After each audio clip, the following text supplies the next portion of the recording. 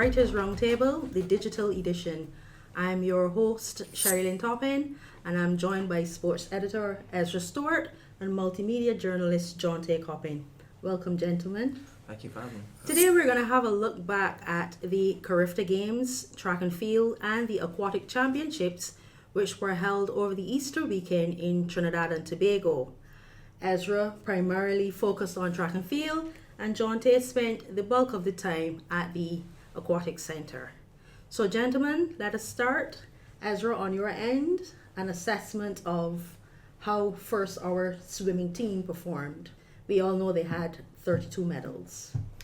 Well, Sherrylyn, it was an encouraging performance from the swimmers. I got a chance to see them in action on the Tuesday, the final day of the swimming, and I thought they did a commendable job. There were several gold medalists. Obviously, Heidi Stout stood out, as well as Kaija Eastman, the 11 to 12 girl. There were the two most outstanding swimmers, but several other swimmers performed well and did their country proud. Okay. And Jonteau, you were there from day one. Yes, please. You saw the warm-ups, how they transitioned from the pool to competition. But that was also your first time covering swimming at that level. Yes, please. What was that experience like for you?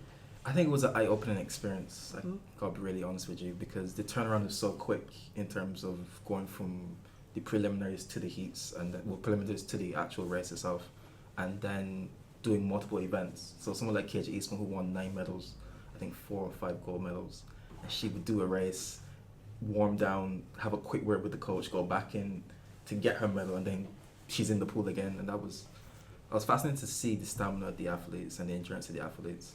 And we did really well to get 32 medals. The coach was hoping for a bit more. And I think part of that was just because some swimmers were going from one age group to the next. So Jai Simmons told me that she found it difficult to obviously older swimmers she's competing against. And that step up, it takes a while to get used to. But obviously next year, we're hoping that she can repeat what she did in 2024. Mm-hmm. So among the swimmers, who would have stood out for you over the course of the time? Well, he mentioned the big two, Heidi Stout and Kaija Eastman. They were fantastic. Pretty much every time they go into the pool, we were expecting to get gold. They were that good. But I think Joshua Ross was impressive. I think Zachary Libido was also very good.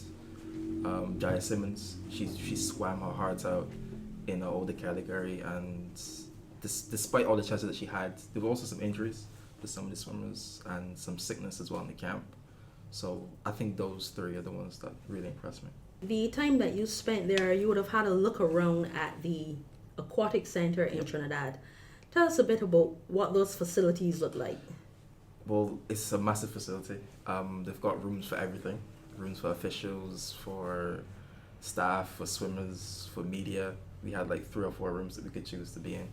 And what I liked most was the proximity to the practice pools. There were like 2 different practice pools, one adjacent to the pool, the main competition pool, and then one behind it. So that everyone had opportunity, whenever you felt like to swim, to practice your different strokes and whatnot. And the coach had more time to kind of like finalize things.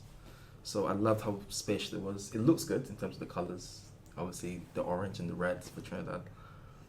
But it was really spacious, and it made me feel like we needed a bigger pool here. Well, the pool is a standard 50-meter size, but clearly you can see that they've made some investment in their infrastructure. For sure, yeah. And obviously it's paying dividends to them as well in their sport. Because they had a fantastic return. Okay. So they also had a roof on top, so it was a case where it was like an indoor facility. Only one area to the western side was uncovered, so to speak. So it was really a beautiful facility. Okay, so gentlemen, both of you can swim. Ezra, if you had to take to the pool now, which event do you think you would give us a gold medal in? Oh, I will have to go with the shortest distance, 50-meter freestyle. I'm sure that I will probably be able to do a good job. I would have hoped that it would have come 40 years ago, when I was a lot younger. But at this age, if they are going to have a master's category, I'm sure that I would be in the thick of things. Okay. Really? And for you, Jonteau, significantly younger. Significantly younger, significantly better. I think, anything really. I feel like after watching them, I feel motivated. I feel like 100 meter butterfly, breaststroke. You know what I mean? I got all of that down pat, so I feel like anytime y'all need me in the pool, I got y'all covered. So the Aquatics Association of Barbados, we have a master swimmer and another master swimmer here just waiting to dive in. Now, gentlemen, let's turn our attention to track and field. Yeah. Ezra, your assessment of the Barbados performance this year. We know we finished with 14 medals, 1 gold, 5 silver, 8 bronze medals. Obviously, it is an improvement over the last games, but your thoughts on the overall performance? Well, I felt it was a fair performance from the large squad that we had. It wasn't fantastic in my estimation in any stretch of the imagination. It was encouraging to bounce back from really below par 5 medals in Grenada, 1 gold, 5 silver, 8 bronze. There were some excellent individual performances. Obviously, Jaden Green stood out with his 200-meter victory in the under-20 boys, and to beat 2 Jamaicans, one on his left and one on his right, in terms of Gallimore and Foreman. It was a fantastic performance. I also liked the performance of Shania Motley in the under-17 girls high jump. Here's a girl who only started doing the flop about a year ago, and to get silver in her first year in that division, and she has another year, so I am expecting great things from her. Maya Rollins, she was good, even though she clattered a couple of hurdles, and good to I think recover. that I think we missed out on a goal there if she had more or less a flawless execution of her event. I was kind of disappointed in Tion Haynes in the under 20 boys long jump. I thought that I said that publicly in my roundtable contribution, he fouled up a golden opportunity to capture goal. He ran through on his second and third attempt, and then he left the arena with an injury, and it was a bit unfortunate. Maybe miscommunication with the officials. That was something that he really wanted, because I think he said he was given assurance that he would not lose his final attempt, and then to come back and under protest jump what would have been the gold medal jump. It meant that he had it in him to deliver gold, and I figured that he should have put it in the bag from early. 7:35 he jumped 7:67 here in Barbados at the BSAC Championship. But the performance that really I was impressed with was the 4x4 under 20 gears relay.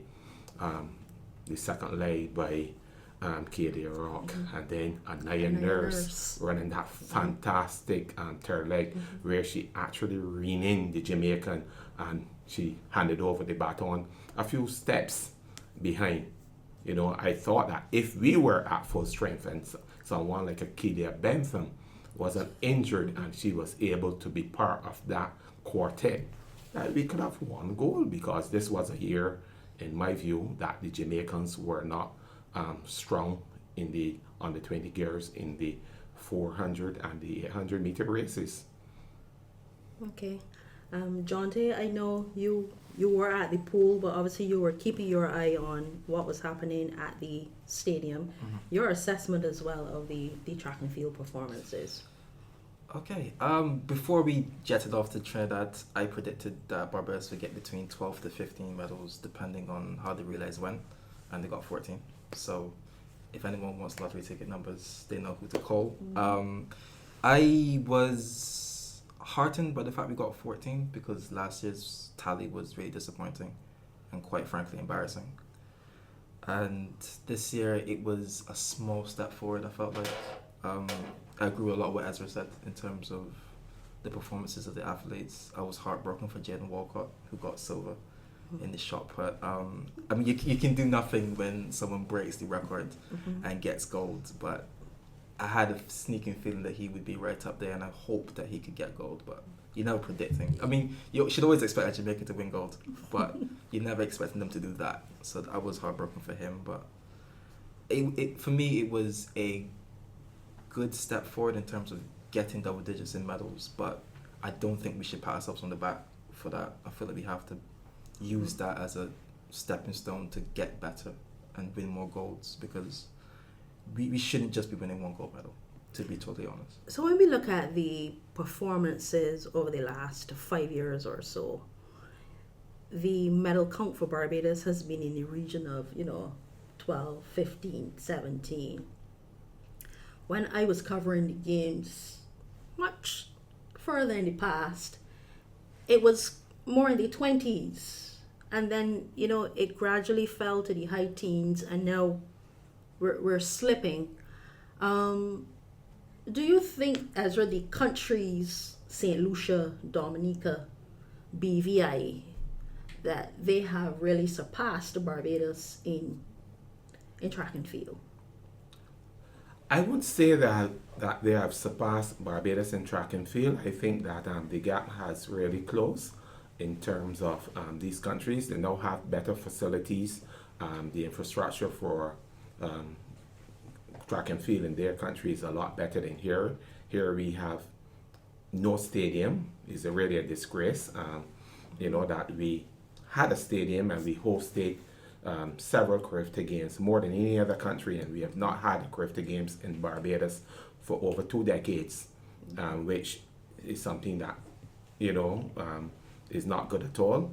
But what has happened is that these countries are producing excellent individual athletes who are winning 2 and 3 gold medals. For example, St. Lucia, they got 2 gold medals, and it was Jada. The sprinter. The sprinter on the 7 girl who won both. The same thing with the U.S. Virgin Islands. Michelle Smith, she won and this is the second year or the third consecutive year that she have won the under 20 girls 800 as well as the under 20 girls 400 hurdle. So she is really a phenomenal athlete. She will be out next year. She's no longer eligible, so I believe someone like Ashton Simmons would be looking to medal in that event. But I think that our team was a young team. We have a number of people returning. Most of the guys in the 4x4 relay, they are all back. Jaden Green is coming back. We have only lost Aaron Morris, and he did very well in his 800. It was a really hard-fought battle for that bronze medal. Mm-hmm. That was, he ran 151, which is a good time. And, when you look at all the performances, there were some athletes who left medals in Trinidad, but others missed out because the people were better than them on the day. Okay, Ezra, let's return to that point. I just wanted to bring Jonteau in here to follow on from the point Ezra was making about the gap narrowing in our track and field. Do you think the success of athletes like Julian Alfred standing as a beacon for young St. Lucians is paying dividends for them at the CARIFTA level? Oh, for sure. For sure. You can see it when you see the teams arrive to the CARIFTA games. There's a confidence about them that you probably wouldn't have seen before. The athletes are trying to be like Julian Alfred. They're trying. I guess they have that added motivation. When you see someone do it for your nation and make your nation proud, it can only inspire you as an athlete to do better. And I feel like we haven't had that at the biggest stage. And we aren't producing athletes capable of doing that at the biggest stage. We don't have an athlete at the Olympics that you would bank on to get gold, silver, bronze. We're hoping for something. Shade, but I don't think right now if you had to put money on it, you would say Shade's going to win gold in her event. Pauline will be a safer bet. Exactly. Yes. And we're talking about Sydney or any of these people. So that is something we have to address. And I'm not sure how we improve that, but that's something we have to address. So I had a conversation with a coach. He was mentioning that it is different. You're saying a different kind of athlete. Athletes now are coming to training and you train there. Whereas the athletes in the past were more active. We ran around more. We would have, like races in the road or things we would do in the district. And then they would come to training. But the athletes we are seeing now, really outside of athletics training, are more sedentary. Do you think that the whole lifestyle of the country, where we place more emphasis on our digital tools, is also impacting on the ability for us to attract the kind of athlete that we want? Yeah, and not only the digital age has caught up with us, but there are people, big, tall individuals, big, strong girls, who are not participating in sport in track and field. So a lot of them are going towards other sports because they believe that there's more money to be made. Some of them are into cricket. One time we had cricketers who used to throw the javelin and win gold medals. Jamal Ford comes to mind immediately. Now, we really need to go back to the events which has brought us success in the past. It is unfortunate that the only person throwing the javelin for the last couple of years was girls. We had on the 17 girl, but we had no male throwing the javelin. Our hurdles. Our under 20 boys hurdles and sprint hurdles. We got success there. We don't have anyone competing in the sprint hurdles. So we need to look at the events that we can probably get some gold medals. Obviously, the Jamaicans are going to dominate the sprints. Grenada, I'm very impressed with what is happening in Grenada in terms of getting the athletes, and it was heartening to see that both this year, Bahamas and Trinidad and Tobago, they made a big improvement, and they're cut back on some of the gold medals that Jamaica normally would have won. Jamaica got, of course, their big 78 medals, but when you look in terms of gold, there wasn't the big 30 plus or even 40 something gold medals that they would normally have. So you see in more and more countries. Guyana, they have a brilliant quarter miler in Springer, and she won it back to back, and I think she has another year. So our work is really cut out, and we really need for coaches to go into the schools, look at those big girls, teach them the skills, put them on weights, whatever the case may be, and similarly with the boys, to get them to win some gold medals. Ramon Burgess was a case in point. Princess Margaret youngster, who was plucked from obscurity, and he won a couple of gold medals for Barbados in the javelin. So we need to go back in there and try to recruit some of these people to perform for us, because I believe that we should be getting 20 medals each time we leave our shows to go to CARIFTA. The minimum. And at least a minimum of 4 or 5 gold medals in that amount. Now, were there any behind the scenes moments, maybe athletes' interactions with their parents, the coaches, anything of the sort that we would not have seen on camera that really stood out to you, Jonteau? At the pool, I wrote a story about it, the impact of the parents being present to watch their children. Across the 3 days, there were 2 parents in particular who were, I guess, I don't want to say like parents abroad, but they were very much there to mommy and daddy the kids and make sure that everyone was fine mentally and physically. And seeing their reactions to all the kids swim, the encouragement they gave them, the motivation they gave them, to see Keisha Eastman's parents, father and mother, both there in the stands.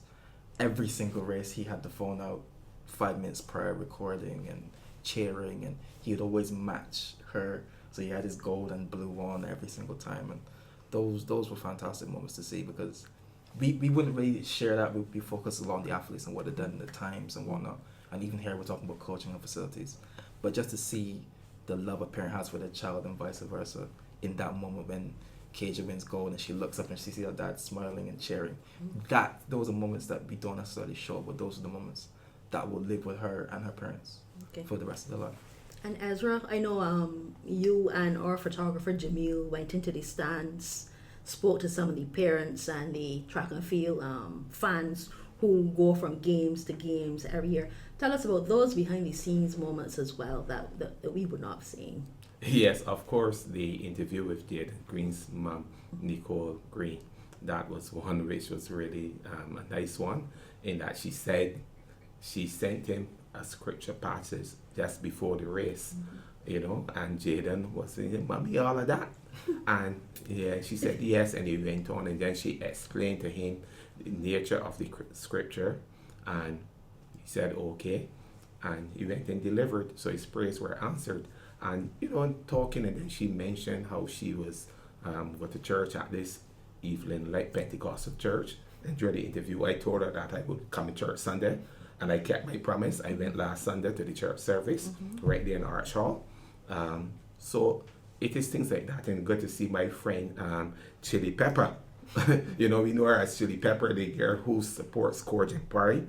I think her name is Odessa Rogers, and there were several parents down there. Kimberly Bishop, this is the mother of Tyja Bishop, who did not make the CARIFTA team, but she still went.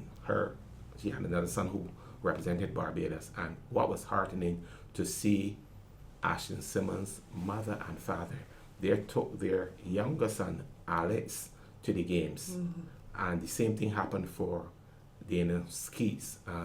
Her father, who is the principal at Brantley Adams Memorial School, the younger brother, Darren, who is a student at St. Michael's, he also went. So these are people that we are looking at that will probably make a CARIFTA team in the future. And of course, to have two sisters at the games, it brought back memories. The Kelia Bentham and Crystal Bentham, to see them competing at the same CARIFTA games, that was a nice touch. And I saw the video with the Barbadian athlete playing the steel band. Yes. Yeah, I think that was Leah Meyer London. I hope I have it correct. Playing is RPB's Something's Happening. Something's Happening, yes. Oh, that was sweet. Yes. And she could play the steel band, steel band, and those type of things, are heartening. And at the end of the games themselves, they were able to wind down a bit, do a few dance moves and everything. And that is good, because after 3 hard days of competition and pre-training, because the Barbados team went in early, you must relieve some of the stress. And they did it clean, nice, fun, and that is heartening. I would want to also mention the facilities for the media and the way the media was treated. I don't think that we were treated very well by the people in Trinidad and Tobago. It looked like if it was a case of them kidnapping coverage of the whole CARIFTA games and trying to prevent you from doing your job and get the spontaneous moment, the times, the celebrations, like pause and wait, and then the person come back and you want to get a post picture. That is not journalism. And the guys in Trinidad and Tobago got to understand that even though you might have a main sponsor of the event, it does not restrict other media practitioners from carrying out their functions. And I was extremely upset. I plan to write NACAT about it, because I don't think that we were treated to the stage whereby it looked like you wanted to criminalize our journalists for doing their job in the coverage of CARIFTA games. Sherrylyn, you have covered many CARIFTA games, and the same thing with me. I've never felt so insulted in my entire life as a journalist. Well, that is very, very unfortunate. And we hope that in future the organizers recognize the very important role that the media plays in promoting sport.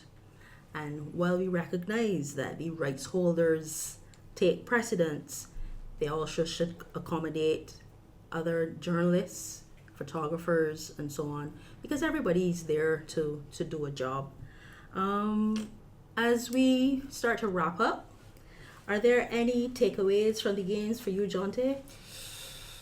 I think we need a better and wider spread of quality coaching for our track and field.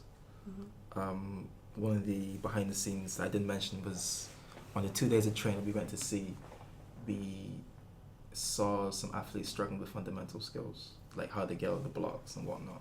And I feel like if you're representing your country at CARIFTA Games, those are the kind of things that you should know and should have down. So I feel like fundamentals to make sure that everyone's up to speed in terms of having the basics down. Mm-hmm. You never guarantee the medal, but I feel like if you are better able to do the basics and you can execute the basics under pressure, that improves your performance. So that is something I feel like we need to take away. Okay. And Ezra, we had about maybe 12 or 13 or so fourth place finishes. So your takeaways, the fact you've mentioned that a lot of our athletes are young and they're coming back again in the same age group. So what are your takeaways then from these games? Yeah, it was heartening to see that we fielded teams in all 9 relays. However, I thought that in most of them, we had a weak leg. And in future, what we need to do is probably to get some stronger people who are doing close to the same time, for our relays, because that 1 weak leg resulted in some of the 4th places in the relays.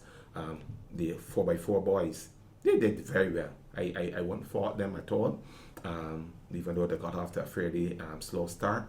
But they were, on another occasion, they would have probably medaled. But I think that what we need to do also is to encourage the athletes to do more than one event. There were 11 people who only participated in relays. I know that you took people down there primarily to do the relays, but I thought that some of the young ones could have had another event. I don't think they would have embarrassed themselves. I don't think that they would have finished so far behind the field that it would have been something that you would have been ashamed of. But they needed to be given events. And I find that in years gone by, most of our national representatives participating in 2 and 3 events.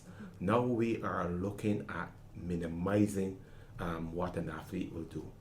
We had this big girl from Leicester Vaughan, Alexis Maskell, only did the 4x1 relay. She should have done at least the 100, because if you are going to develop people for the next CARIFTA, the only way that you will develop them is getting them on the track. Experience. Getting the experience. And you never know. You never know what you can get. I recall Rasheem Griffith. He did not qualify for the CARIFTA Games, but whoever selected the team had a vision to select him, and he won a gold medal. So sometimes athletes improve. One of the better performances in terms of improvement this year was Darian Belgrave, the sprinter from Commonwealth School, who got a bronze medal in the 100 meters. Either the 100 or 200 meters, I can't remember exactly which one, but that was a performance, to my mind, which was kind of surprising, and he improved and improved. He only qualified at the last moment, but he delivered. And that, to me, was a fantastic feat. And then to see those under 17 boys also getting a medal in the 4x4 was very heartening. Zachary Wall, I think that he's probably one of your favorite athletes. He delivered big time. That run after looking like if he was out of medal contention with 150 meters left, with that kick. Yes. To pass about 4 or 5 people coming down the straightaway. That was fantastic. Okay. So that's it for this edition of the Writers Roundtable. Thank you for joining us. You can read the Writers Roundtable every Sunday in your Sunday Sun. The podcast is also available at Spotify, Apple Podcasts, YouTube at The Nation Barbados, and of course on our website, www.nationnews.com.